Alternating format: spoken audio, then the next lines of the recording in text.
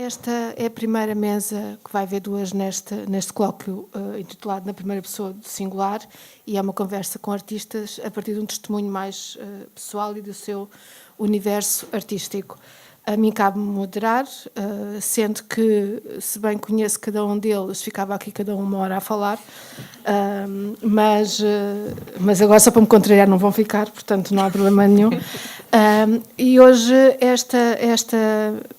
esta conversa surge nesta sequência da mesa que discutiu o texto enquanto ensaio e documento.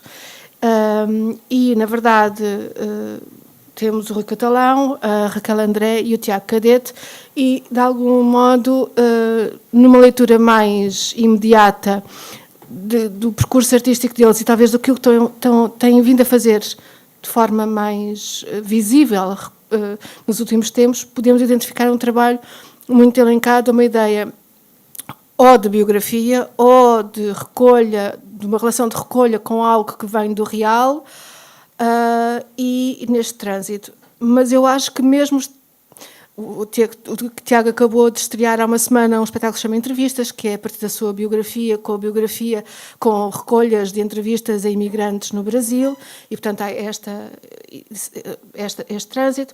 A Raquel André tem feito um trabalho a partir das coleções, coleção de amantes, coleções particulares e coleção de artistas, que é a próxima que vai estrear. E o Rui Catalão tem todo um trabalho de solos a partir de solos, em que trabalha a sua própria biografia. Mas isto é dizer o elemento que se calhar é mais evidente, mas que é muito, parece-me, redutor em relação a um trabalho muito mais vasto que eles fazem, onde se calhar a questão do documento e da biografia está de uma forma, de outras formas, e tudo isto é muito mais complexo do que só esse pequeno apontamento biográfico. Para começar, que diria eu que é um teatro que põe em causa, não é teatro, não é? Eu acho que nenhum deles faz exatamente teatro. Portanto, estamos já neste território muito mais aberto e muito mais complexo. E talvez começasse, mas para lembrar que estamos aqui numa questão da relação entre o texto, o documento, a criação performativa, o eu, a relação da alteridade com o outro e todas estas vozes. E se calhar arrancava aqui para o Rui, que está ao meu lado, e lembrava, assim, de forma muito resumida, que tu vens da escrita jornalística, és um extraordinário contador de histórias, e as primeiras relações com as artes performativas e criadoras é enquanto dramaturgista do João Fiadeiro. Portanto, logo aqui o papel da palavra e do pensamento sobre um corpo que pensa. E pronto, e depois tens feito um percurso que anda em trânsito. O jornalismo já com alguma relação com o real, a ficção, o corpo, a inscrição do corpo, o eu. Faz todo o teu trabalho, este trabalho mais de relação com a biografia, mas depois todo um trabalho, ultimamente, que tens feito ultimamente, mais com grupos, onde transportas um pensamento sobre o outro, para mim, de uma maneira, não é tão mais complexa, mas que traz outras questões, como o jornalismo, amadorismo e hipnotismo, que foi o último que estreaste com miúdos, com realidades sociais muito distintas, mas a partir da ideia de contar a partir de um facto real, não é? De uma atitude jornalística que questiona o quê, onde, quando, porquê e como. Portanto, isto para começar já é muito vasto. Tens alguma pergunta? Tenho. Como é que tu te situas? Primeiro é teatro documental, teatro do real ou criação do real. Isto para ti são noções que te fazem sentido ou são uma visão a posteriori e como conceitos, são problemáticos? Depois, como é que tens relacionado com o texto? Qual é a fonte do texto? Deixa-me responder a essas, depois se quiseres ainda fazes mais alguma, senão ainda me perco, já não me lembro das perguntas. Na última... Boa tarde. Muito obrigado. Falta sempre esta parte da cortesia. Boa tarde. Muito obrigado por me terem convidado para estar aqui. Houve uma intervenção agora nas últimas duas depois das duas últimas palestras, já não me lembro se foi depois da última, foi tudo junto, não é? Exatamente. Houve uma intervenção aí desse lado em que alguém disse, que eu não reconheci porque estava de costas, mas houve alguém que falou dessa ideia de que o próprio corpo é um documento, não é? Ou seja, tudo aquilo que nós entendemos como documentos são, na realidade, extensões do corpo. Até mesmo um livro é uma tecnologia. Nós temos a ideia que a tecnologia, relacionamos tecnologia elétrica ou eletrónico. Não. Tudo aquilo que está fora do nosso corpo é uma tecnologia no sentido de ser uma extensão do corpo. E, portanto, o nosso próprio corpo, neste caso específico, a marmita, não é? O cérebro, a memória, aí é que está o verdadeiro documento, que depois pode estar mais ou menos articulado, com mais ou menos construções, mas aí é que está a base. Então, para mim, o meu trabalho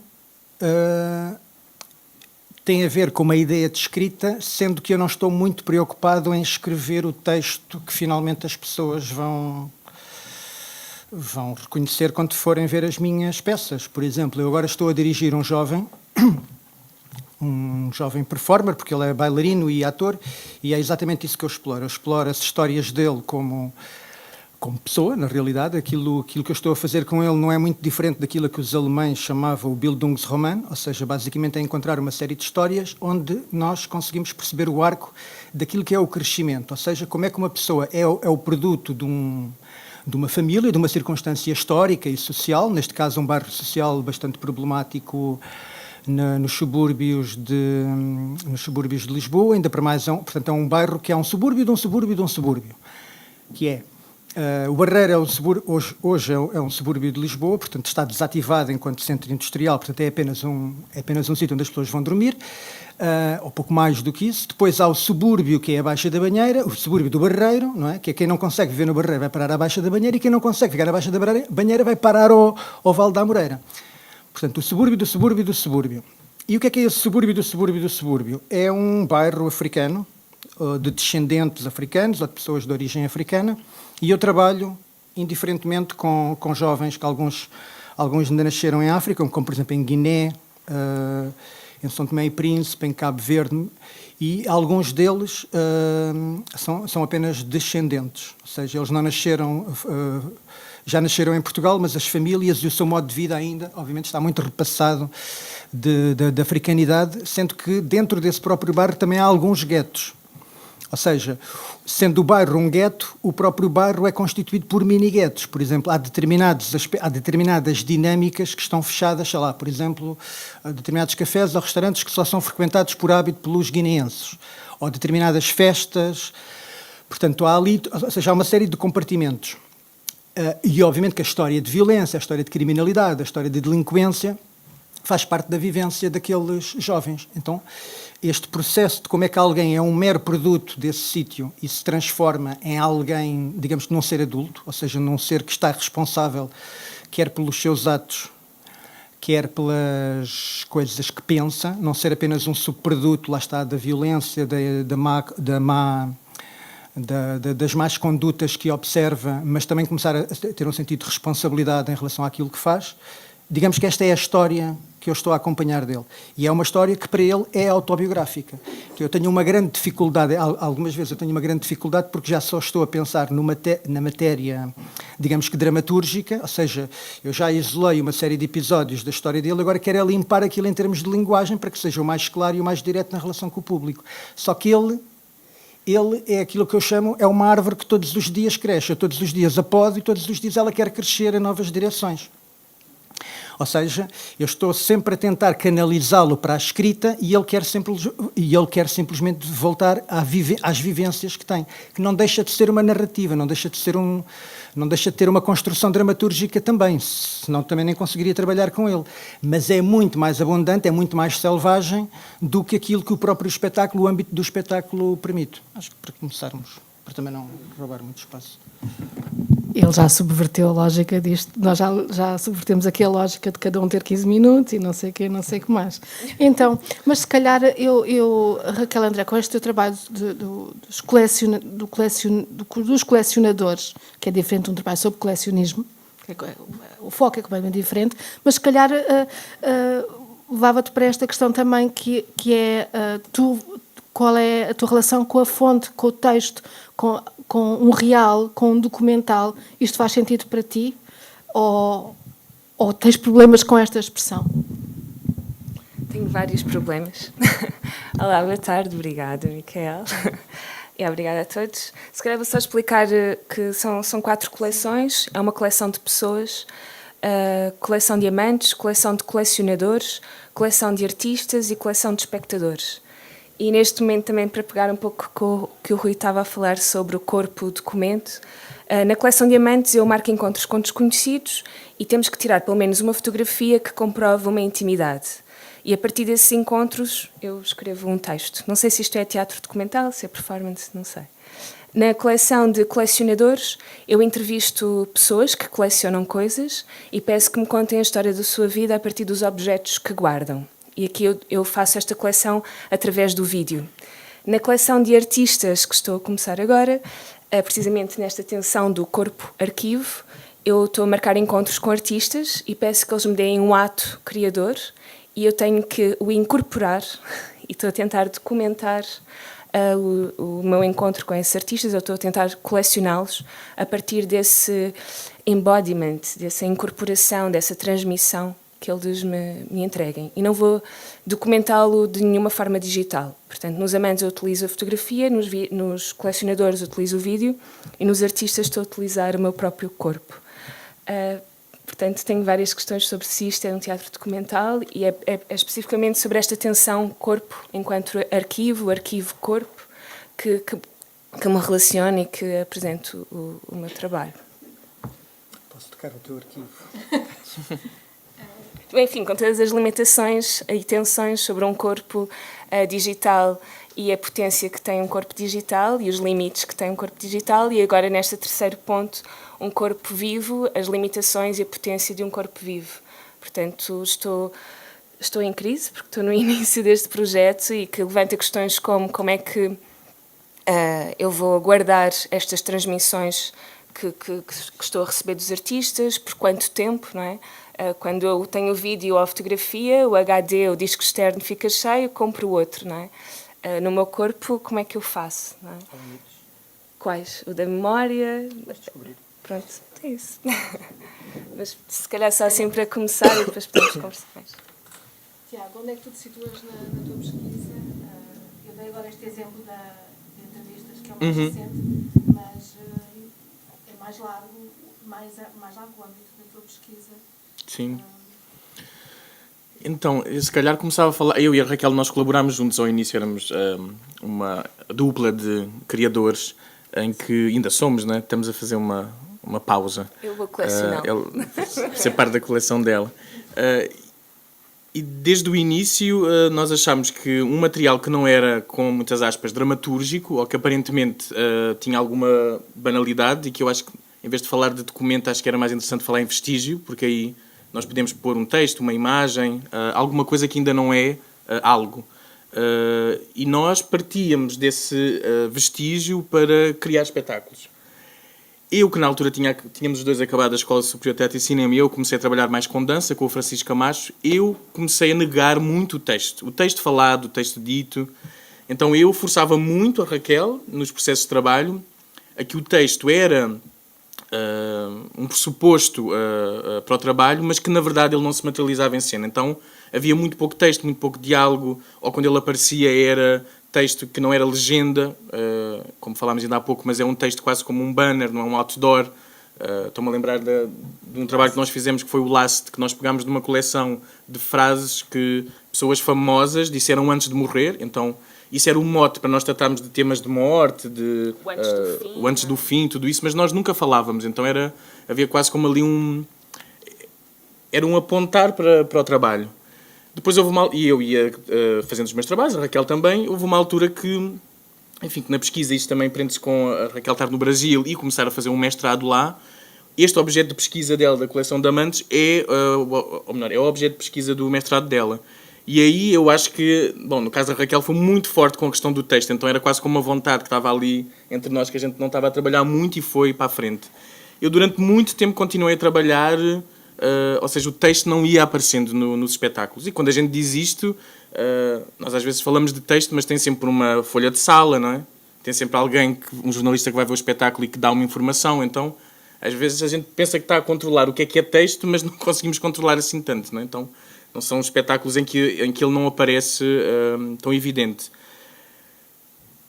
Agora, por acaso, os últimos 2 trabalhos que eu fiz, um que estreou na semana passada e esta semana estou a fazer, que é uma reposição, o texto veio com uma força assim que eu já não falava há imenso tempo e assim, é do início ao fim a falar, sempre a falar. O Entrevistas que eu fiz veio na sequência de um trabalho que eu fiz, que foi objeto de estudo do mestrado também no Rio de Janeiro, que se chama La Prima, que é um arquivo que eu faço de imagens pictóricas, assim muito resumidamente, sobre uma ideia, com muitas aspas, de construção de um corpo brasileiro. Mas com muitas aspas, não é? Porque é muito difícil chegar a isso. Então o que eu faço é como se fosse uma aula de modelo nu, ao vivo, e eu tento com o meu corpo, tenho um dispositivo de vídeo em que eu estou a ver as imagens, quase como se fosse enfim, tenho um dispositivo de vídeo, as pessoas veem também, e eu tento fixar-me nessas imagens, que aparecem de 30 em 30 segundos, mas depois tem uma sequência muito mais acelerada e aquilo que antes era gesto ou posição torna-se coreografia. Então é quase como uma ideia do que é esse corpo brasileiro. Mas eu achei na altura que estava a tentar pensar o outro com uma distância muito grande, ou seja, era eu no Brasil a querer perceber onde é que eu estava, não é? Então era uma tentativa de aproximação. Agora, esta entrevista foi a pensar quem é que está no Brasil que está mais próximo de mim, não é? Com que lugar, mais uma vez com aspas, de fala e de pertencimento é que eu tenho para tratar desse assunto, e fui atrás de imigrantes portugueses que estão no Rio de Janeiro. O que é que eu tentei fazer? Uma biografia ficcional com aspectos que eu acho que podem ser da minha biografia ou não. Isto ao início pensava que ia ser mais desafiante ou quase impossível, não é? Até que eu encontrei no Brasil um rapaz que andou comigo do 1º ao 4º ano no Algarve. Então, o início do espetáculo é a minha biografia igual. Só não andei de moto, nem essas coisas. Mas, enfim, todo esse processo de documentação foi um arquivo só áudio de entrevistas. E o que eu faço no espetáculo, eu vou dizendo essas entrevistas com uma edição feita previamente. Mas como é que entra esse texto? Não é um texto que eu gravo, ou melhor, que eu decoro, mas é um texto que vai buscar estes recursos que o teatro também tem, não é? Eu sou pontado, ou seja, eu estou a ouvir em tempo real as vozes reais das pessoas e eu faço uma transmissão. Portanto, eu sou quase como um transmissor desse texto. Então, acho que assim, muito resumidamente, o que me acontece quando eu parto para um documento, que ele pode ser textual, é pensar como é que ele me vai servir melhor o trabalho. Acho que é isso, assim, muito resumidamente. Eu acho que é curioso agora ouvir estar a pensar nisto, que de alguma forma, nestes exemplos que foram dados, a Raquel e o Tiago fazem uma intermediação do seu próprio eu, em que eles são o lugar da fala, porque esta questão do lugar da fala é uma questão que está muito no Brasil neste momento, que é a partir do lugar da fala, e eles, portanto, esta coisa da fala do outro. E Rui, tu, neste caso, nas tuas trabalhos entre a tua autobiografia e a ficção, dentro desse jogo, és tu que falas. Não há jogo. Mas nestes não há jogo? Não. Não há jogo. É assim, eu dou sempre liberdade para as pessoas terem a opinião que quiserem. Agora, se querem saber, não há jogo nenhum. É que as pessoas pensam que uma coisa é ficção e outra coisa é realidade. Na realidade, eu não invento nada. Não há nenhuma matéria que não seja observável, a não ser que haja um erro, como em tudo na vida. Vocês podem querer fazer uma autobiografia científica e, de repente, há um cruzamento de dados e vêm saber que aquilo não é verdade. Eu posso ser traído pela minha memória. Não é? Agora, não há nada nas minhas histórias, mas nada, objetivamente nada, desde a minha primeira peça. Já lá vão muitos anos, feita aqui de resto, na ZDB, que se chamava... Acho que já nem me lembro do nome da peça, há tantos anos que foi, que era Elogio da Classe Política Portuguesa seguido de uma canção popular, assim se chamava. Até esta que eu agora estou a preparar com este jovem, o Adriano, diga-se passagem, tem o nome dele, Adriano já não mora aqui. A mim o que me interessa é aquilo que aconteceu, ou seja, tu és testemunho. A memória está lá para testemunhar uma experiência que tu tiveste. Por exemplo, o Tiago estava a falar de que a minha biografia é a mesma porque daquele colega que encontraste no Brasil, porque viveram as mesmas coisas. Nem sequer é isso que me interessa. A mim o que me interessa é que, por exemplo, eu tenho um ângulo, neste momento eu estou nesta sala e estou com um ângulo, tenho uma percepção da realidade de uma determinada maneira, e vocês têm outro. Portanto, a vossa percepção da realidade é totalmente diferente da minha, à partida, não é? Temos uma série de elementos comuns, mas há uma série de elementos que, por exemplo, só eu posso ver. E o mesmo acontece com vocês, cada um de vocês no ângulo em que neste momento ocupa. Portanto, é isso que me interessa. A mim interessa-me o lado testemunhal e que é muito subjetivo, que é subjetivo, mas ao mesmo tempo é possível de objetivá-lo. O que é que eu quero dizer? Por exemplo, eu neste momento estou a ver alguém que estava agarrado a um telemóvel e que agora olhou para mim e acabou de sorrir. Vocês não sabem nada disto. Para vocês é uma ficção, mas eu sei que é verdade. Não é? Eu sei que é verdade. Eu não vou fulanizar, não é? Eu não vou fulanizar, mas eu sei que isto é verdade. Eu não preciso que vocês acreditem sequer em mim. E por isso lhe chamo uma ficção. Porquê? Porque eu depois vou ter de construir, ou seja, o facto de eu ter utilizado este exemplo é montado dentro de uma ideia discursiva, não é? Ou seja, eu quando estou a contar uma história tenho que sentir uma estruturação de acontecimentos. Não é? Eu não vou simplesmente dizer uma coisa, a primeira coisa que me vem à cabeça. E se o disser, vou ter que depois integrar isso. E agora como é que vou integrar este elemento? Não tem nada a ver com aquilo que eu estava a dizer. Não é? Isso é uma construção narrativa. Ou seja, eu começo a criar um sentido a partir as coisas que acontecem são completamente aleatórias. E eu, ao criar uma unidade de sentido, sob a forma, seja de um ensaio, seja de uma narrativa, seja de um poema, seja do que for, estou a criar uma unidade de sentido. E, portanto, essa unidade de sentido, para mim, já é a ficção. Mas toda a matéria com que eu vou criar essa unidade de sentido, ela é real. Até vos vou contar uma coisa, que eu comecei como jornalista e ao final de uns anos de ser jornalista eu já estava a ficar muito aborrecido do real. O real aborrecia-me. Houve aqui alguém que eu peço desculpa, ainda não fixei o nome porque eu cheguei mesmo já durante o último painel, a meio do último painel, e houve aqui alguém que falou que fez uma conferência em que falava de artistas que existiam, não é? Portanto, que eram... Exato, muito prazer. Portanto, havia esses artistas que existiam e havia outros artistas que não existiam. E, de facto, eu, enquanto jornalista, a partir de uma certa altura, comecei a aborrecer-me com o real. Ou seja, é um bocado aquela história, não sei se vocês já ouviram a história do Einstein, quando ainda era um adolescente, teve um sonho, não é? Em que se apercebeu que as vacas, quando estão a pastar, preferem comer a ervinha que está do lado de fora da cerca. Então, a erva é exatamente igual, não é?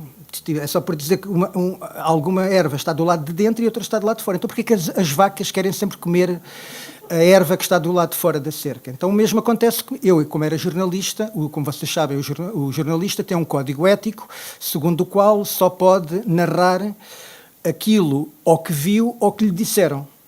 Não é? E por isso é que até utilizamos o cruzamento de fontes para não sermos enganados.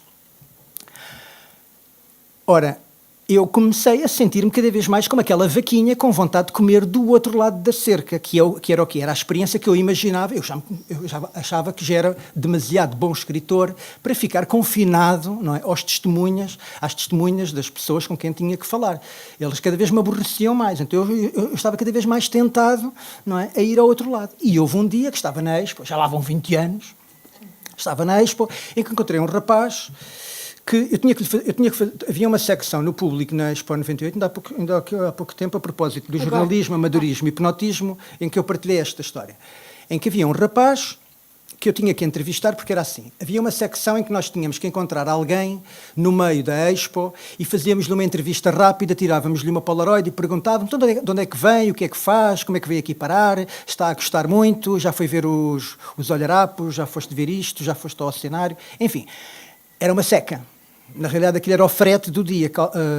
E eu, durante vários meses, consegui escapar-me ao frete. Até que há um dia que alguém me diz, já passaram 2 meses, já toda a gente aqui na secção fez este texto várias vezes, tu não fizeste nenhum, portanto hoje cabe-te a ti. E eu encontro um rapaz que devia ser um adolescente, mas era enorme. Ele era muito grande. Era assim daqueles rapazes assim, ele era assim um americano, daqueles muito bem nutrido. Ele era maior do que eu, uns 20 centímetros, mas não devia ter mais do que 16 anos.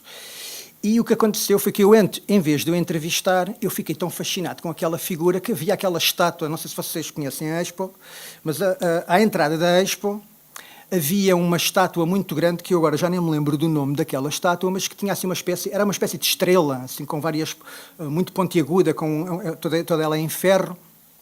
Ela não figura nada em particular, pode ser uma estrela, pode ser um brilho, podem ser picos. Eu tirei a fotografia e conforme sai a fotografia eu apercebo-me que da cabeça dele saem aqueles picos todos. Então aquele rapaz com um corpo muito grande, muito volumoso, com aqueles picos todos a saírem contra a luz, eu pensei que foto extraordinária. E começo a fazer-lhe a entrevista. E ele diz, desculpa, mas a minha mãe já vai ali, eu tenho que me ir embora.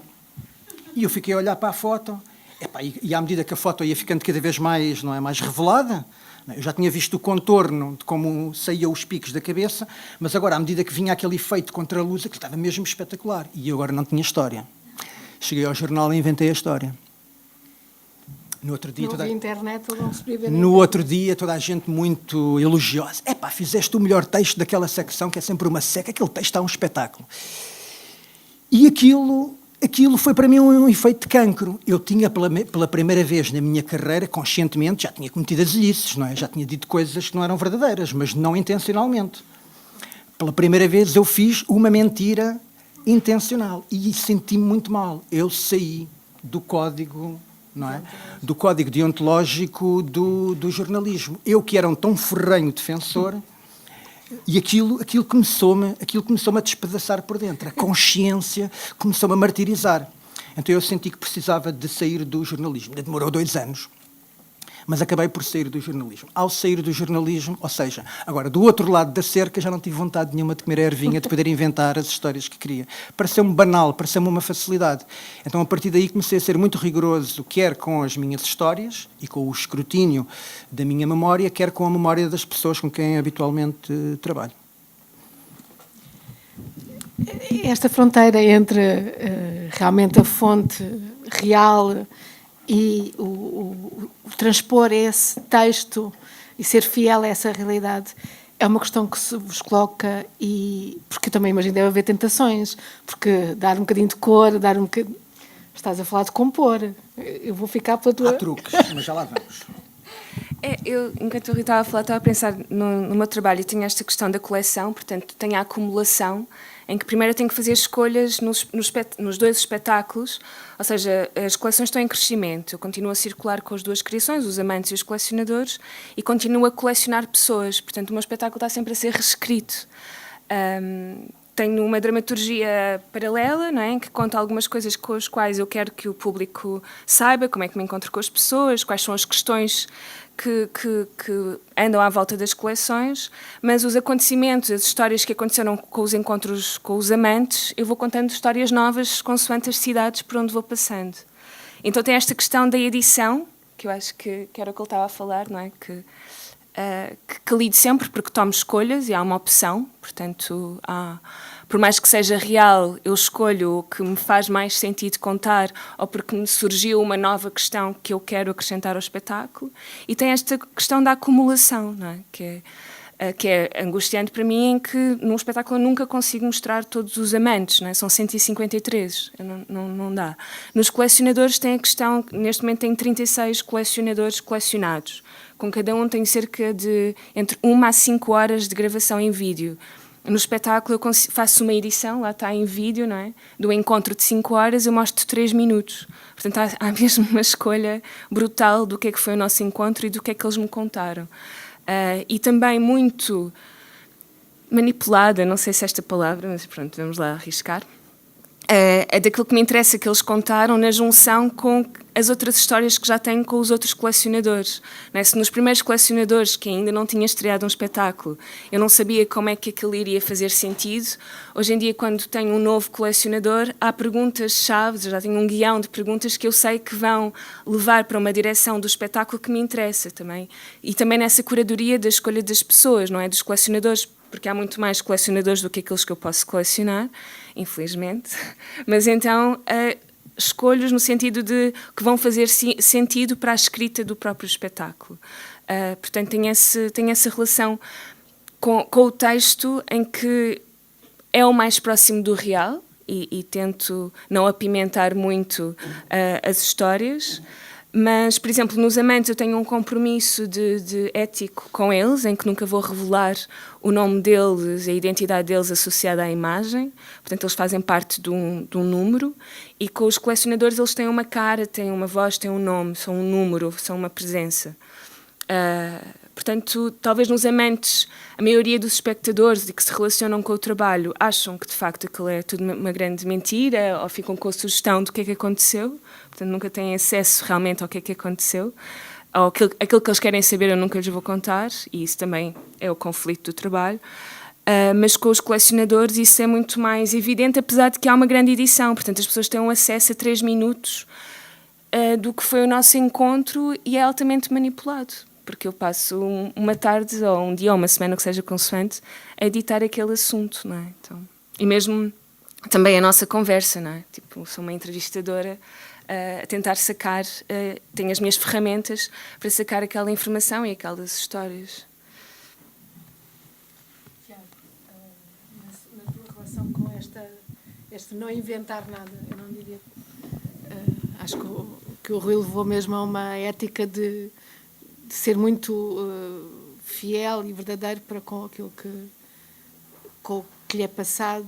Mas não é por ser fiel nem verdadeiro. Como é que tu te posicionas nessa? Não sei, porque eu estava aqui a pensar, na verdade é a primeira vez que eu estou a trabalhar com depoimentos assim mesmo de pessoas, então são sempre coleções que não têm esse pertencimento assim de... Mas, por exemplo, no Alá Prima era com memórias de corpos. Era Exato. Portanto, eu estou aqui a abranger não só o testemunho textual, verbal, mas também o testemunho físico ou o testemunho que venha de outras fontes. Sim, sim. Como texto, de uma forma livre. Estou a entender o texto de uma forma livre. Sim, e aí eu trabalhava mais com a atenção dessa construção desse corpo, não é? Porque, enfim, dentro de uma ideia eurocêntrica de história da arte no Brasil, os parâmetros de construção de corpo são parâmetros neoclássicos, não é? Não podemos esquecer que a missão francesa que foi para o Brasil inaugurou uma escola de belas artes que ainda nem existia em Portugal. Então, essa criação desse corpo, principalmente com o Debré, que foi sobrinho do Delacroix, ele é como tu estás a aprender que um corpo é assim e se comporta desta forma, e tu vês um corpo negro, indígena, e tu constróis aquele corpo com os parâmetros que tu aprendeste. Vais ao Museu de Belas Artes e tens uma coisa que tu aprendes a fazer retrato, que é o fundo tem que ser sempre mais escuro do que a tua cara. E tens lá um retrato muito importante que se chama um marinheiro, que é um marinheiro negro com um fundo escuro e tu não vês nada. Ou seja, tu aplicas o mesmo sistema de construção de imagem para neste caso, as primeiras imagens que foram construídas dessa ideia do Brasil. Então também foi interessante aqui pensar como é que algumas pessoas se relacionavam com essa construção de imagens, mas com os corpos que não eram os mesmos daqui. E eu tensionava um pouco isso, até que nesse arquivo, mais no final, já eram introduzidas imagens de artistas brasileiros ou, enfim, pessoas que de alguma forma conseguiam representar esses corpos na contemporaneidade. Ou seja, como é que esse brasileiro se vê hoje em dia, não é? E se quer construir no seu lugar de fala, na sua identidade, tudo isso. Lá era interessante que muita gente não lia a folha de sal antes, e é mais a ver esse pré-texto, não é? Que às vezes é importante, mas pode terminar, e muita gente no final, porque eu nunca falava, ou seja, eu suprimia a voz, que era como denunciava eu ser ou não português, não é?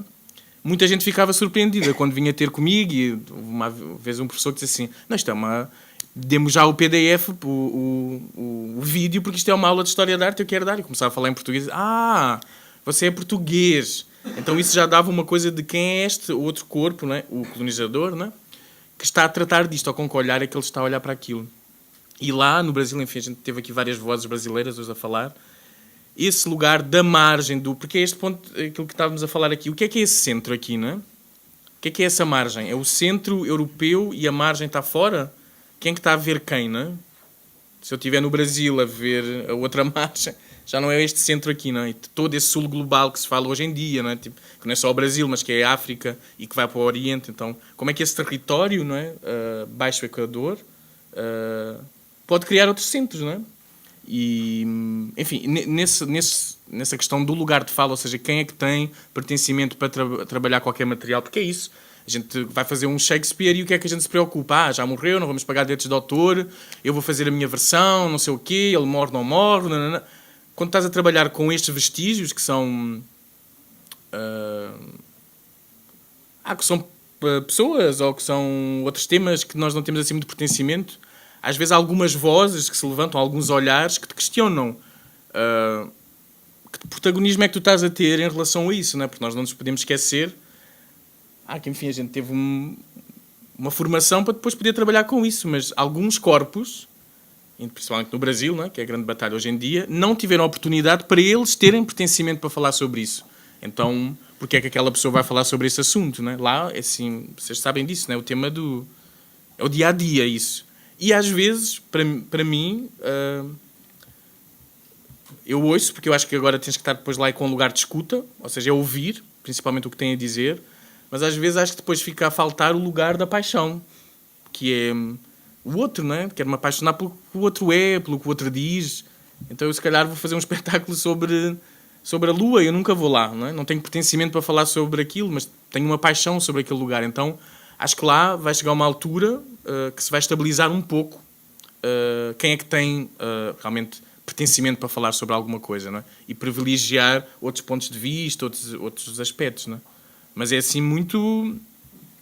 É um dia-a-dia, não é? Quando vocês começaram a falar, eu pensava que estava na academia, ouvi lá, porque é assim, nas aulas é todo o dia. Descolonizar o pensamento, traz esse pensador europeu, mas será que não houve alguém que já falou sobre esse assunto no Brasil? Traz essas pessoas. Mais bibliografia de autores brasileiros. O teatro inventado na Grécia, não. O teatro grego foi inventado na Grécia, não é? Tipo, os indígenas já faziam rituais que tinham uma teatralidade e pronto, não foram escritos da forma como nós escrevemos, não é? Então é muito aliciante estar lá, assim, para quebrar essas margens. E eu, retomando para o Rui Catalão e esta questão de a partir de onde é que tu escutas o outro e pegando na ponta que deixaste aberta quando passámos para a Raquel e para o Tiago de não invento nada, mas há técnicas, e eu pergunto, mas estas técnicas não são formas de poder sobre a escuta que supostamente é do outro e é muito generosa, ainda mais, por exemplo, pegando esta que estás a criar agora, que é um rapaz que está num bairro, nos subúrbios, na margem de... Não sei se vocês se lembram quando há bocadinho a Raquel utilizou a palavra manipulação e quase que... E ficou assim... Como quem diz, se calhar não devia dizer isto, ou se calhar não devia fazer isto, ou tento não fazer isto. Não é? A manipulação é uma palavra que está demonizada hoje em dia por todo o lado. Para mim, a manipulação é uma palavra neutra à partida. A manipulação é o ato de usar as minhas mãozinhas. Até que ponto é que eu tocar-te é um ato invasivo, estúpido, ou é um ato aceitável para ti? Ou é um ato que tu simplesmente condescentes com ele, mas na verdade preferias não. E, portanto, a manipulação de uma história, de dirigir um intérprete, por exemplo, ou de me dirigir a mim mesmo, ou de dirigir e manipular as minhas narrativas, está lá a manipulação à partida. Agora, vou fazê-lo de forma inteligente, irresponsável, interessante, polémica, provocadora. Bem, isso agora a experiência, depois o resultado o dirá. Mas eu assumo completamente o ato da manipulação. Sim, o meu trabalho é um ato de manipulação. Eu meto as minhas mãos em determinada matéria e tenho que fazer escolhas. E pensar que não vou manipular, esses sim são os verdadeiros manipuladores. Então, aqueles que dizem que não manipulam e julgam os outros que estão a manipular, esses então, desses é que eu, assim, não só desconfio muito, como na realidade à partida já não acredito neles. Porque se eles acham que não estão a manipular nada, então eles não estão a mexer em nada. Se eles não estão a mexer em nada, não estão a fazer nada. Se não estão a fazer nada, não me chateiem. Não é? Mas também eu desconfio muito de alguém que diz, taxativamente, eu não invento nada. Porque Já disse em que condições é que não invento. Eu posso ser traído pela minha memória. Eu trabalho com a minha memória, aliás. Eu não só trabalho com a minha memória, como às vezes até testo os limites da intelectualização daquilo que nós podemos entender por memória. Eu vou dar um exemplo mais radical, já que me provocas. Que é, eu no Dentro das Palavras tenho uma cena em que o Dentro das Palavras é o meu primeiro solo. E há um solo que basicamente anda ali em memórias entre memórias recentes, com alguns meses, e depois memórias muito antigas. E há uma altura que eu, neste exercício de ir progressivamente de memória antiga em memória mais antiga e mais antiga e mais antiga, há uma altura em que eu digo, e interrogo o público, vocês já alguma vez... Vocês têm alguma memória de estarem dentro da barriga da vossa mãe? Não é? Porque eu vou ali de estilo, qual é a memória mais antiga que tens? Qual é a memória e dentro da barriga da tua mãe, tens alguma memória, alguma coisa que aconteceu? É óbvio que as pessoas começam a rir, pois eu tenho. Não é? Eu reivindico que tenho essa memória. Convém aqui dizer que nós não temos uma memória intelectual no sentido de traduzirmos por palavras uma determinada experiência, porque obviamente não tivemos uma experiência sensorial com o olhar, com os ouvidos, com a linguagem, para podermos ter uma memória. Mas, na realidade, há estudos que permitem chegar à conclusão que nós transportamos memórias intrauterinas. Não sabemos é traduzi-las. Vou-vos dar um exemplo. Eu, quando estive na Noruega, soube de um estudo que estava a ser feito há mais de uma geração, com todos os jovens que nascem na Noruega. Eles acompanham o processo de gravidez da mãe. Portanto, há um acompanhamento através de entrevistas e dos exames que são feitos, em que se acompanha o processo de gestação da criança. E há algumas coisas que acontecem durante essa gestação. Há acidentes, há doenças, e depois a criança vai ter determinadas características. E algumas dessas características estão determinadas por esses acidentes de que elas supostamente não se poderiam lembrar. Vou-vos dar um exemplo. De uma história de uma criança que nasceu com o cordão umbilical enrolado ao pescoço. Portanto, ela estava com o cordão umbilical enrolado ao pescoço, portanto não conseguia nascer. Eles tiveram que lhe fazer uma cesariana sob pena dela ser asfixiada durante o nascimento. Como vocês sabem, a Noruega é um país muito frio durante muito tempo. Aquela criança não suportava cascóis, não suportava nada, não suportava camisas apertadas até acima. Ela tinha fobia de tudo aquilo que lhe envolvia o pescoço. História interessantíssima, como vêem. Pois eu também nasci com o cordão umbilical enrolado ao pescoço, mas não nasci de cesariana, porque a parteira da minha mãe era uma senhora muito conhecedora, já com muita experiência. Eu não nasci no hospital, nasci em casa. Então ela percebeu-se que havia qualquer coisa que estava a acontecer com a criança que não estava a nascer, e eu imediatamente, o que é que eu transformo isto? Na minha primeira tentativa de suicídio. Esta informação é paródica, mas não é necessariamente falsa. Estás a ver? Ela não é necessariamente falsa. Segunda informação,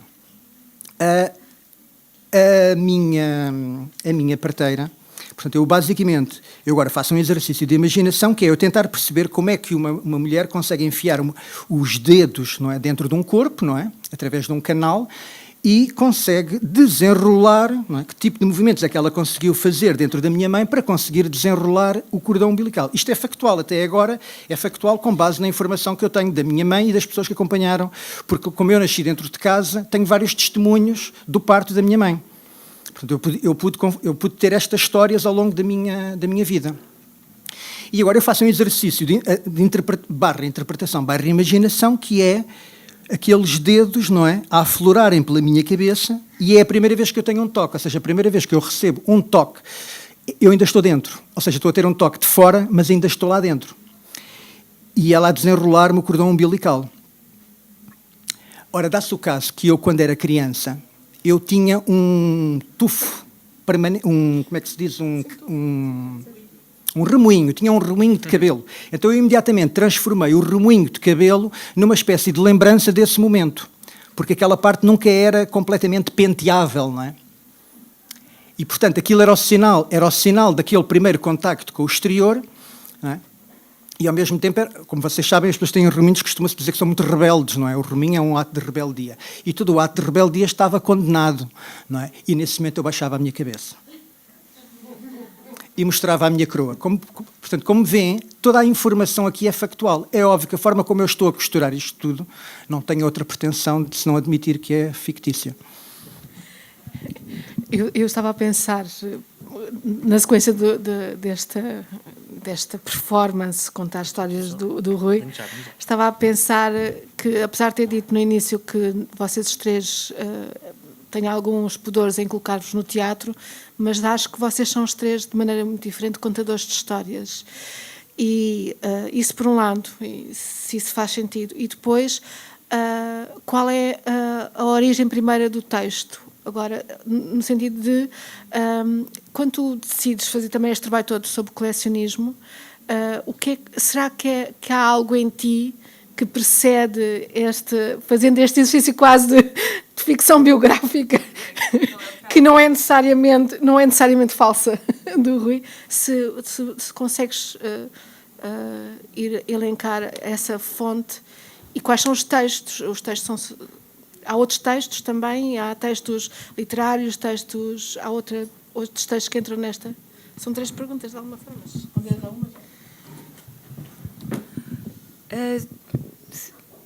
Já fiz esse, ou seja, há uma as perguntas como milho, não? Agora comes o que quiser. É porque é uma questão que aparece muitas vezes, não é? Primeiro, se eu sou uma colecionadora, antes de ter começado a colecionar pessoas, se eu colecionava outras coisas, e não. Ou seja, nunca colecionei coisas.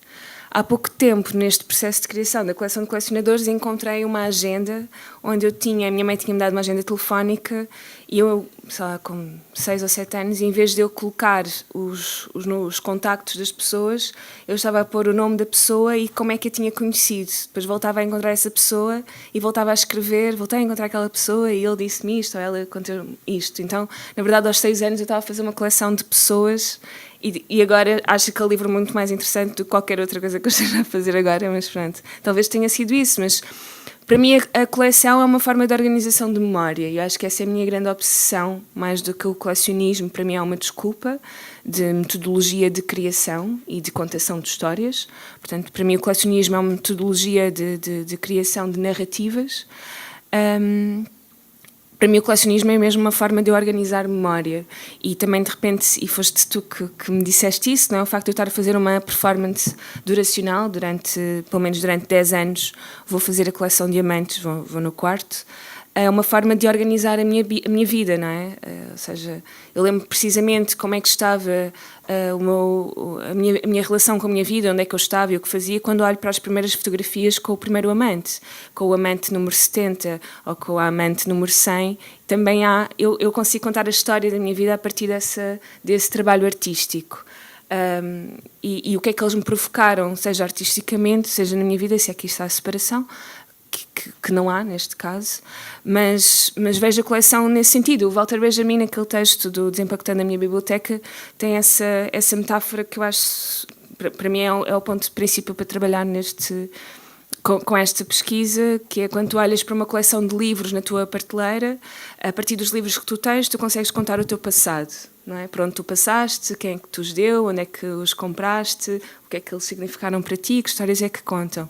E para o espaço vazio que está à frente na prateleira, tu consegues imaginar o futuro e sabes que ainda tens que ir àqueles lugares para comprar aqueles livros e organizar ali na prateleira. E para mim as coleções têm muito a ver com isso e na coleção de colecionadores é sobre essa metáfora que eu questiono e entrevisto os colecionadores.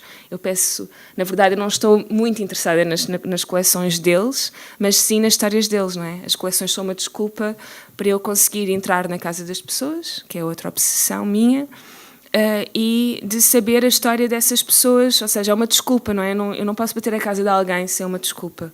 E primeiro, para ser amante é uma ótima desculpa. Na segunda, para saber das suas histórias, conta-me a história da tua coleção. Passaste a tua vida inteira a colecionar camélias.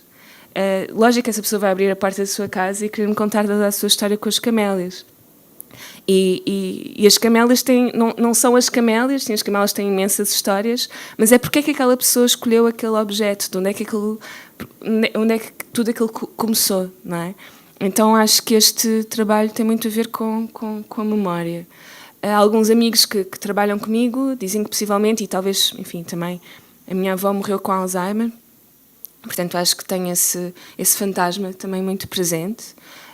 Eu sou super disléxica, portanto, sei lá, acho que tenho muito essa... A minha relação com a minha organização de memórias também é muito, muito frágil e sinto isso com o meu crescimento e com a quantidade de informação que cada vez mais acumulo, mais frágil estou.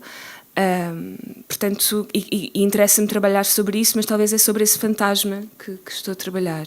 E com os artistas vem de facto essa relação com o corpo, não é? Também o facto de ser disléxica e não ser virtuosa em nada fisicamente, não é? Não sou hábil a dançar, nem a cantar, nem o que seja, nem mesmo como atriz.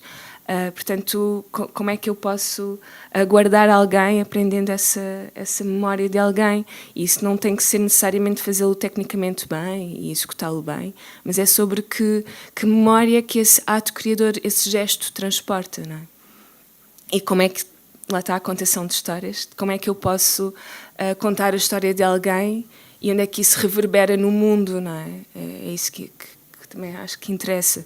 Portanto, as coleções existem independentemente dos espetáculos, mas nos espetáculos, e pronto, faz parte também desta pesquisa, ter dispositivos diferentes para mostrar as coleções. Neste momento tenho os 2 espetáculos e tenho um livro. Há a vontade de fazer uma exposição, vontade de fazer um documentário. Não. Isso foi do teleteatro da Coleção da Mantes, sim, mas eu queria fazer um filme documentário dos colecionadores, portanto, com esse material todo que colecionei em vídeo, fazer uma edição em filme. Mas pronto, não tenho dinheiro. Mas há essa vontade de criar vários dispositivos para apresentar a coleção, portanto, os encontros com estas pessoas existem independentemente da forma de como eu os mostro. Mas na coleção Diamantes e na coleção de colecionadores, enquanto espetáculo, esta contação de histórias, há sempre uma primeira parte muito clara de falar sobre os encontros e uma segunda parte no espetáculo que é uma narrativa em que faz questões sobre o que é que significa aquilo, nos amantes, sobre o que é intimidade, sobre o que é ficção e realidade, o que é que nós procuramos no outro, o que é ser amante, não é?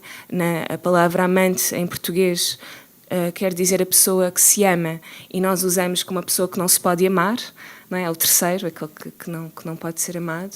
E o que é que significa isso? O que é que são as relações contemporâneas? Não é? O que é que nós procuramos nestes encontros? Portanto, há sempre, no espetáculo de teatro, há sempre este momento de falar sobre a coleção, os encontros que eu tive, e um segundo momento, às vezes misturado também, sobre as questões que levanta sobre a intimidade e sobre encontrar o outro. E nos colecionadores, sobre memória, sobre a acumulação e sobre, de facto, o que é que nós transportamos connosco que, de facto, contam a nossa história.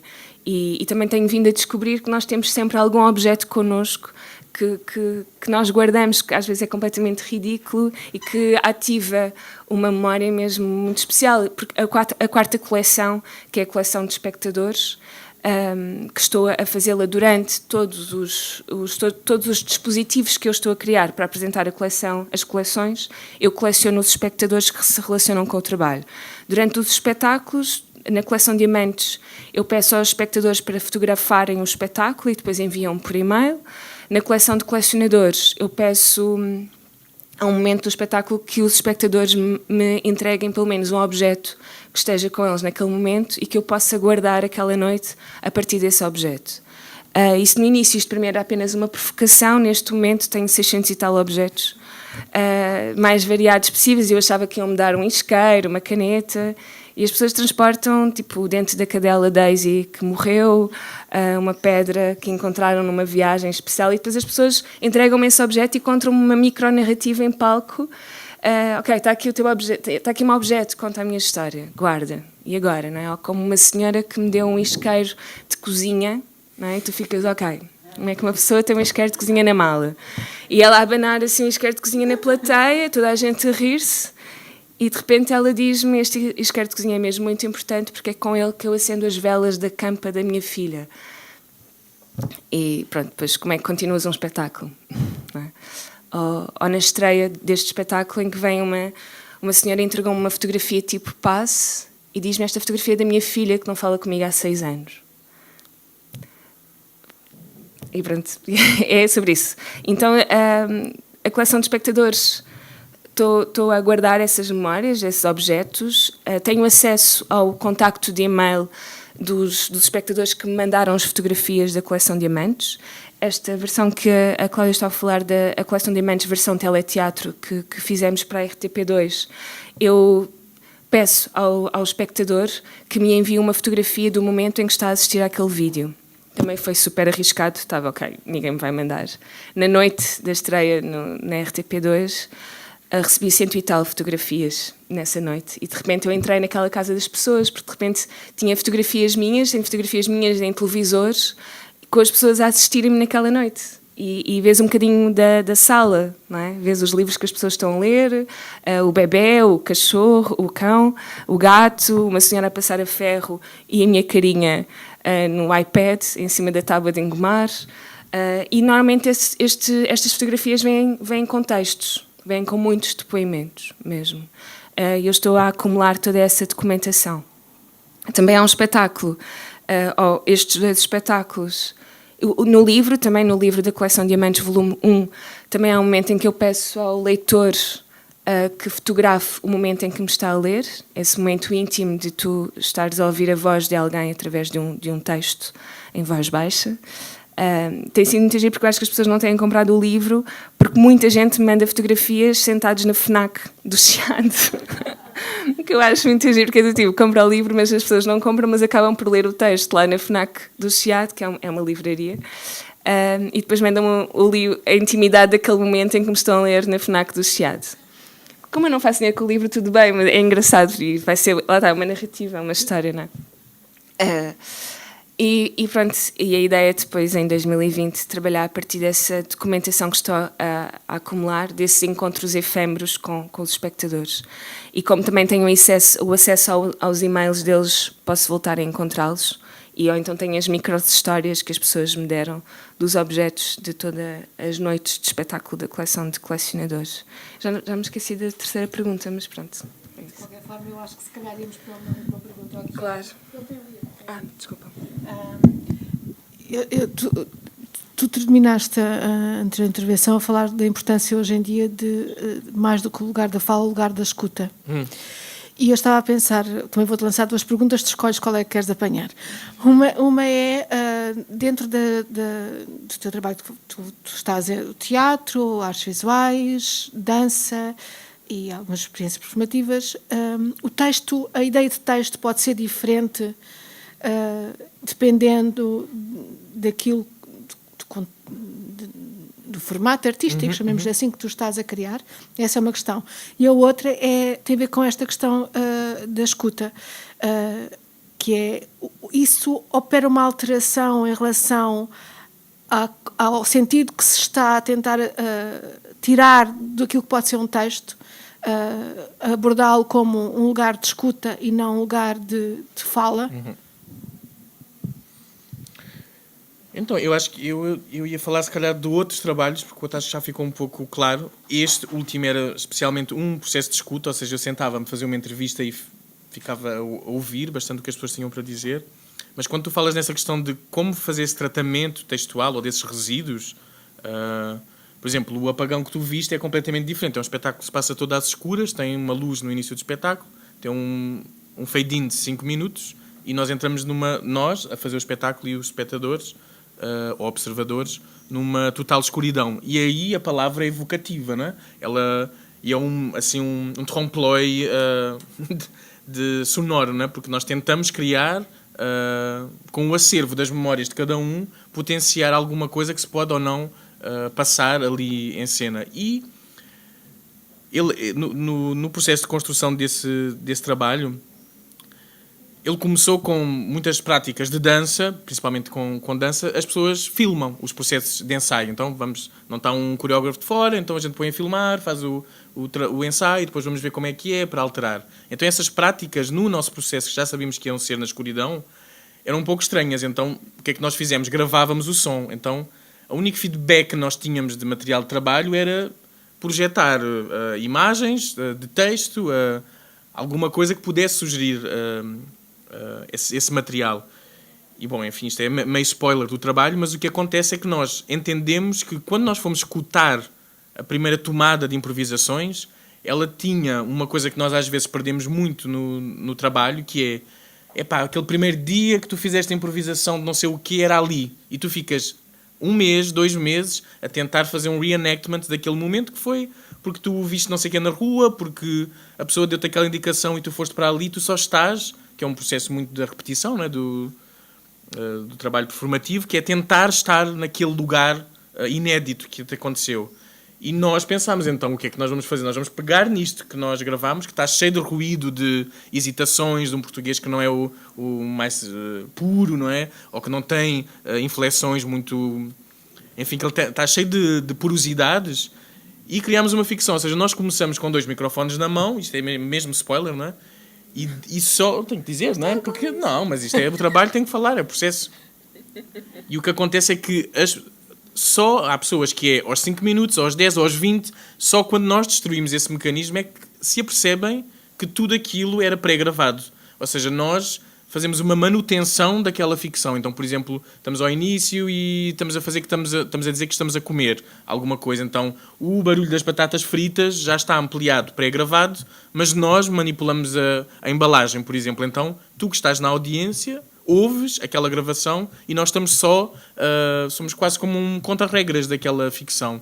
Então aí, por exemplo, o texto entrou de outra forma. Foi como é que nós mantínhamos os primeiros dias de improvisação, que tinham uma espontaneidade que nos interessava, e que o público, todos os dias que está a ver aquilo mesmo. Então aí também...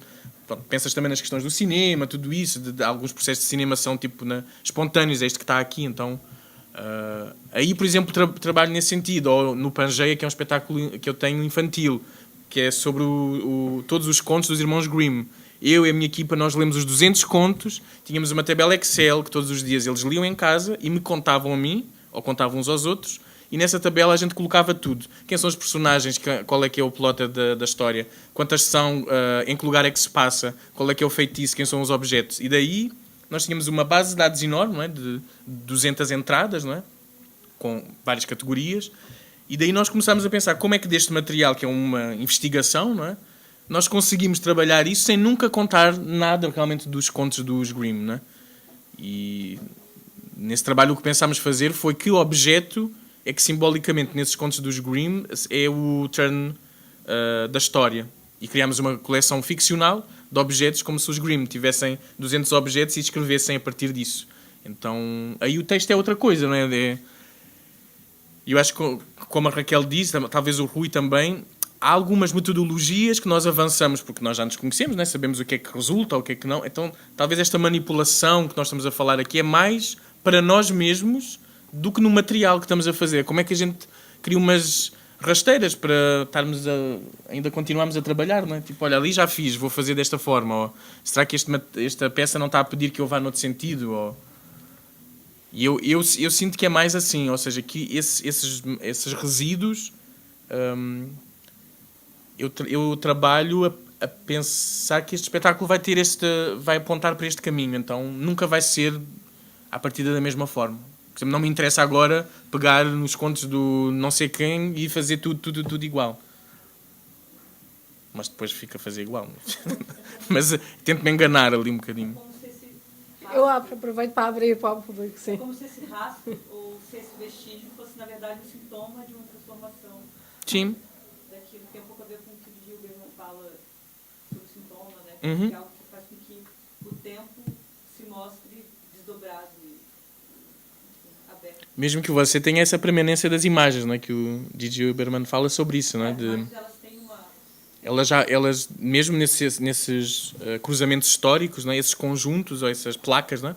Ou esses grupos, criam outra temporalidade, não é? Principalmente em relação. Sim, sim. Ou sobre a perspectiva, sobre olhares de outra forma, não é? Nós ainda há bocado estávamos aqui, a Marisa, não é? A Marisa estava a falar das legendas. E chegou uma altura que ela põe um vídeo para a gente ver as legendas. E toda a gente percebeu que estava uma mesa a tapar as legendas. Ou seja, são lugares de visibilidade. Ou seja, o objeto de análise que ela tem, só ela, como o Rui estava a dizer, só ela é que estava a ter acesso a isso. E nós estávamos todos convencidos, não é? Num Rei Vai Nu, de que toda a gente estava a ler o texto traduzido, mas ninguém via, porque havia um objeto que tapava, não é? Então, é interessante depois também quando nós... E o exemplo, o caso da Raquel, eu acho que é bem obsessivo, ou seja, ela está mesmo assim num vórtice, que é como é que, e isso a gente fala pessoalmente muitas vezes disso, que é como é que eu preciso de entrar nesses vestígios, não é? Mas depois eu preciso de sair deles, não é? E é isto, ela vai criando pretextos maiores ainda para que ela tenha uma profundidade nessa pesquisa, e que às vezes ela precisa dizer assim, não, eu tenho que tirar a mesa da frente, não é? Porque se eu estive a trabalhar sobre essas lendas, as pessoas têm que ver isso, não é? Então, às vezes temos de dar um passo atrás dentro dessa pesquisa que estamos muito apaixonados, ou que... acho que isso às vezes ainda é o mais difícil, porque são processos muito até pessoais, não é? Quando estás a trabalhar mesmo com alguma coisa mais biográfica, ou um artista que tu adoras, ou um tema... Às vezes estás ali tão empolgado que é isso, não vês que está ali a mesa, não é? Isso é... Eu abriria para alguém que queira fazer alguma intervenção. Então, é interessante que todos vocês trabalham com documentos que não são propriamente documentos, né, que são pessoas. Né? Então, e vocês promovem uma performatividade. Essas pessoas, quando estão diante de vocês, performam, né, performam uma identidade. Isso que eu achei interessante. Eu queria que vocês falassem um pouco sobre isso, porque é muito diferente. A pessoa simplesmente tem uma recordação, essa recordação vai ficar com ela. Agora, a partir do momento que você pede para ela dar um objeto, ela não vai só dar um objeto, ela vai performar alguma coisa a partir daquele objeto. Você também, na entrevista, não é simplesmente você vai captar alguma coisa, você vai dar a oportunidade desse ator atuar. Né? Eu queria que vocês falassem um pouco sobre isso. Posso falar já, um bocadinho. Que eu acho que depende da forma como... Então, no meu caso, numa entrevista, eu já sabia criar a voz das pessoas. É muito mais fácil você ter um celular, nem ter um equipamento de som, em que você, nos primeiros 10 segundos, está a falar e não tens uma câmara que está ali a dizer sempre, a afirmar que isto é um documento, que isto vai ser visto depois. Então, há assim uns truques, até no registro, que a gente pode enganar as pessoas, ou pelo menos tentar que elas fiquem numa performatividade ou outra, não é? Por exemplo, eu comigo, e isto, enfim, é a primeira vez que eu realmente trabalho mesmo com pessoas, não é? Vou-me apropriar dessas falas. Eu apercebi-me que elas tinham muito para falar, e era uma coisa de português para português, que é, finalmente que alguém me pediu para falar sobre isto, que eu vou falando aos poucos. Então aquilo era um momento de quase terapêutico, não é? Mas as pessoas sabem que no final vão assinar aquele documento a dizer eu cedo estes direitos para a pesquisa do Tiago, para utilizar a minha voz. Não. No final eles tomam essa consciência, mas há ali um caminho, enfim, que como não é registado com a imagem, me parece que essa performatividade fica mais rarefeita, que ela não sabe. Por exemplo, eu estava na escola a fazer... sei lá, playbacks dos Backstreet Boys, eu não sabia que ia existir um YouTube, e a minha imagem pode vir a aparecer no YouTube hoje em dia, não? Então nós hoje já temos uma consciência de aquele ato que nós fazemos, que pode ser gravado com uma imagem, ele pode ser visto de outro ponto de vista, pode ser muito mais manipulado, perspectivado de outro lugar. Então acho que esse lugar da performatividade dos corpos sociais já está intrínseco em nós. Mesmo não estando aqui, ou não tendo porque a gente está na rua e está uma pessoa a fazer um Insta Story e a gente vai aparecer e aquela pessoa vai ter 50 likes às nossas custas. Então a gente já sai para ser instagramizado também. Então há já uma consciência dessa imagem que nós não sabemos como é que ela vai ser apresentada no futuro, mas que nós sabemos que há uma possibilidade dela surgir, não é? Bom, só para dizer que no meu caso eu senti que a gravação e o dispositivo de celular que permitiam à vontade. Então não senti assim... No teu caso, Raquel, isso falando, já há essa construção, não é? É porque eu estou a... Ou seja, são sempre pessoas, mas nessa impossibilidade de colecionar pessoas, e por isso são 4 coleções, criei 4 metodologias diferentes para gerar essa documentação do encontro com as pessoas. Então, com os amantes, nós temos que tirar uma fotografia e não há mais nenhuma documentação além da fotografia. Mas acontece que, e isso é uma coisa que eu percebi fazendo a pesquisa, portanto, fazendo os encontros com os amantes, a minha intimidade com eles acontece no ato de fazer a documentação, não a fotografia em si. Aquela fotografia não comprova nada do que aconteceu, porque só temos os dois, ou as duas, portanto não tem género a coleção, no apartamento. As pessoas sabem que é um trabalho artístico, mas eu normalmente não sei com quem é que me vou encontrar ou não sei quem é que vai aparecer. Eu tenho duas formas de me encontrar com pessoas. Ou marco encontros com desconhecidos e peço a amigos que me coloquem em contacto com pessoas que eu não conheço e eu só tenho a morada e o horário e vou-me encontrar com essa pessoa, à casa dessa pessoa. E outra forma, em contextos de festivais em que estou pouco tempo nas cidades, estou num apartamento e as pessoas inscrevem-se previamente e eu não sei de nada e as pessoas vêm ter comigo esse apartamento que também não é meu. Portanto, são sempre apartamentos aos quais eu não tenho a relação emotiva com. Portanto, só temos os dois no apartamento e temos que gerar essa imagem, não é? E, na verdade, a minha coleção não é essas fotografias, porque essas fotografias não comprovam o que eles me disseram, não contam as intimidades que eles se revelaram e as questões à volta da intimidade, mas é ao fazer a fotografia que muitas vezes já se gera uma intimidade com essas pessoas. Porque é nesse momento em que, ok, então vamos tirar uma fotografia em que estamos os dois a dormir na cama nus. Também estamos assim os dois vestidos e tipo, pronto, agora vamos nos despir e vamos tirar a fotografia. E é nesse momento que, não é, rola uma cumplicidade. Ou no momento em que vais pôr o play na máquina, no tripé, para dar o go e tens 10 segundos para te deitares na cama e de repente atrapalhas-te e bates um braço que tropeça e pedes desculpa e de repente estou a tocar naquela pessoa pela primeira vez. Muitas vezes acontece isso, não é? Depende de cada um para cada um.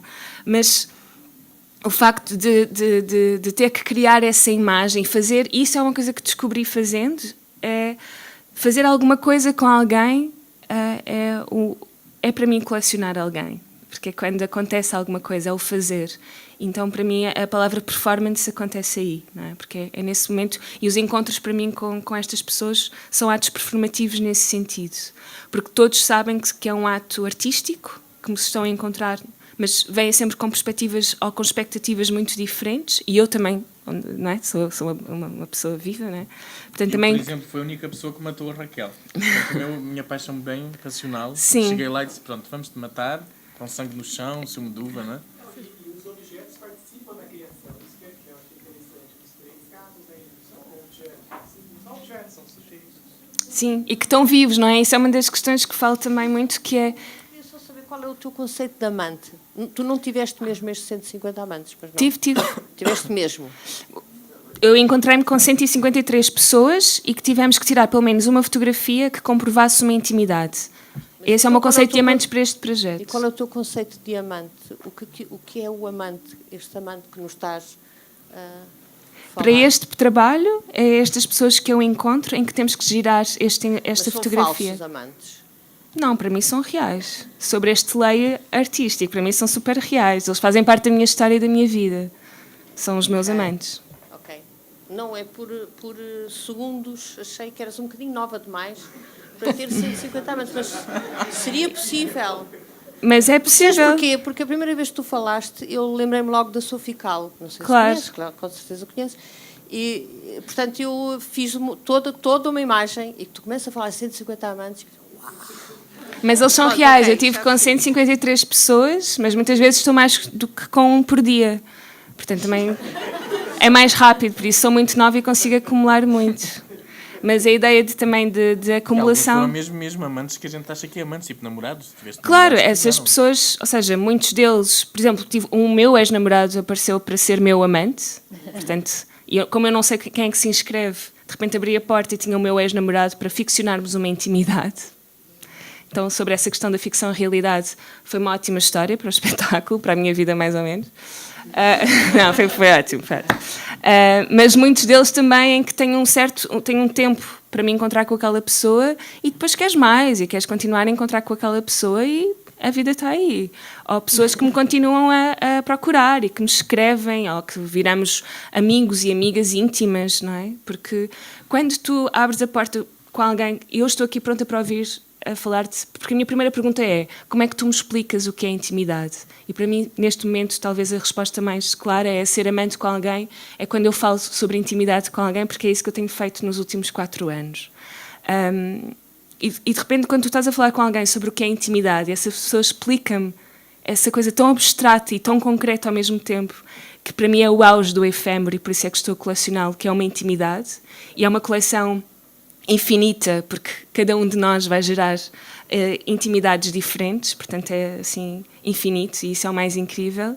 Tu vais a lugares muito profundos com essa pessoa, não é? Que não são necessariamente sexuais, e que é pronto, tendencialmente eu levo o projeto também porque tenho essa bandeira, não é? Se fosse um homem aqui a falar com 40 anos, por exemplo, e não com 32 como eu tenho, eu faço uma coleção de amantes, vocês iriam interpretar de outra forma, não é? Portanto, sim, é uma mulher a fazer uma coleção de amantes, é um título muito consciente, sabendo do que é que isso pode gerar no trabalho, poderia chamar de coleção de intimidades, coleção de pessoas, que é o nome do projeto, mas poderia-se chamar esse o nome do espetáculo. Portanto, é um nome altamente consciente e é uma provocação, claramente.